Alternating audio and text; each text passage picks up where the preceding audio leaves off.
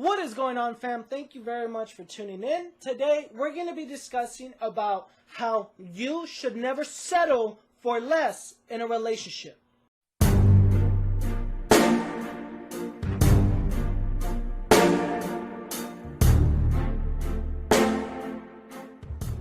But before we get into today, make sure you hit that subscribe button. Make sure you leave a comment if there's anything you agree or disagree. I really want to know your feedback, but don't forget to follow me on Facebook, Twitter, Instagram. I am now on LinkedIn at Cristian Gray, the Cristian Gray. Let's go ahead and dive into today's topic. So when it comes to settling, this also correlates into your career. So I want you to think about how settling for a relationship is also the same as settling for a career. And I want to think this through a story. When it comes to establishing a man-to-woman relationship, it doesn't matter who you are or how you are. I like to say that when it comes to this, sometimes some relationships feel or appear as if they happen out of nowhere by sheer luck. But if we want to really boil down to the core, when it comes to establishing a relationship, it's stranger to stranger. Maybe we already have this pre-programmed sense of built rapport where maybe it's a social circle or a Greek life or maybe a social club or maybe a workforce kind of group. Whatever the case may be, most relationships that start are generally from this idea of warm traffic. It's, I kind of know her, but I don't. It could be a meetup group, it could be a social club, it could be Toastmasters. But if someone opted into this social setting, your inner circle, whatever you want to call it, social circle, and you finally have the balls to introduce yourself, or ladies, you finally have the girls to introduce yourself to that man, that's kind of the entitled way of saying we already know each other when we don't. And let's say you kick things off, and you go from one date, and then you go from 3 dates, and then you go from 10 dates, and then you become a relationship, and then 2 years later, by the time you know it, you guys are married, and you may have rushed things a little bit, or maybe you haven't, but then you feel over time that you're like, I'm so tired of this individual. Let's kind of go ahead and put this into a career. You know you need money. You just graduated college. You know you need money. You have the knowledge. You don't have the skills or abilities, and then you apply for jobs, and you're like, I'll take whatever. You don't know what your worth is. Same thing goes for a relationship. You don't know what your worth is. And when it comes to getting that job, you don't know what your worth is, so you'll settle for anything. For the majority of the part, sometimes we do that, or majority of the times, we do that in relationships where it's like, I don't know what I'm worth, so I'm just going to settle for this guy or this girl. And when we go into that career, we're just like, oh, okay, I can deal with this. I just need to get some experience, and then I'll move out. And then a year passes by. Yeah, it's okay. I kind of moved up a little bit, kind of got a little pay bump. Give it another year, I'll move out. 10 years goes by, you're still stuck at the same paying job. You're still stuck in the same relationship, and nothing has improved. But you're a little scared. You feel like you're tailored to one thing. You feel like it's too late. You feel because you built so much rapport that it's like, oh, whatever. Like, you know what, I'll just stick with it, and we'll see where the chips fall. Fuck no. Ladies, I want to tailor this back to you.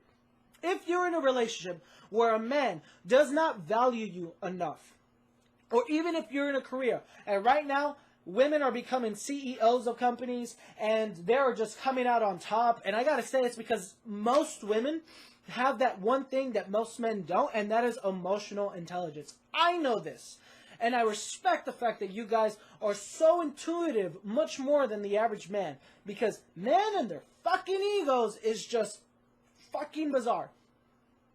So kudos to you. But ladies, if you're around a man and he doesn't understand what you're worth, and he treats you like shit, and he doesn't open the car for you, and you need these standards, and you go ahead and say, hey, if you want to be with me, this is what I want to do. Don't let men put their egos in front of them, okay? You need to have your self-esteem in check. And the only way you can do that is by not comparing yourself to other women, not comparing yourself to other people. It's not the title.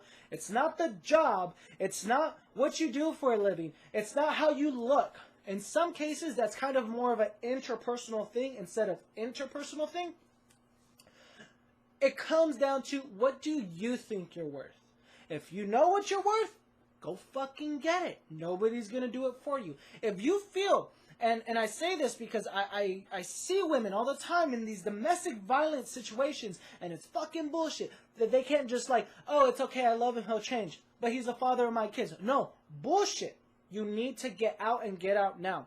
Men, some of which are sociopathic, some of which are dumb as shit, some of which just cheat, or they're infidels, or whatever the fuck it is, you need to be able to justify your worth with, what can I do better than the man that's treating me like shit? Because you're not treating him like shit. He's treating you like shit. So now you feel like shit. And maybe he's gaslighting you.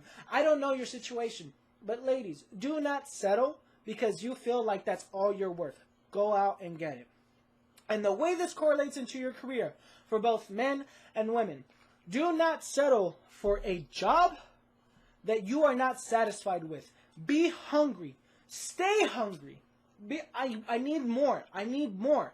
That's how it is. The same way a marriage and a career and a relationship, you have to be able to grow it and nurture it and water it and give it the essential vitamins and minerals and attention that it needs to be able to move up. That's the only way you can grow. You got to live, love, learn, grow, fail, scale. That's the only way that you can be able to get yourself to the next level. And you shouldn't ever do it when it comes to settling.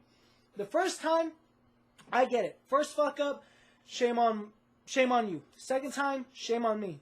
Third time, get the fuck out. That's it. You're done. You have to be able to establish your boundaries at work, in your marriage, in your career. Be proactive. Always look to get a little bit better every day. And if you can't do that, then you know what? It's not the good fit. Same thing goes for the career, relationship, marriage. Sometimes you got to cut the cord and let go. Anyway, guys, thank you very much for tuning in. Let me know what you think about today's video. I know it was a little bit different in terms of the topic, but I really feel that a lot of people should stop settling, especially if they're in the workforce, especially if they understand relationships and they know they want more, but they're trying to make that change, or, you know, your boss doesn't want to see you change. Whatever the case may be, don't ever settle for less. Discover your purpose, scale your potential, and get yourself to where you want to be. Don't forget to follow me on Facebook, Twitter, Instagram. I'm at Gray House Consult, the Cristian Gray and Cristian Gray. Until next time, guys, stay tuned. Take care.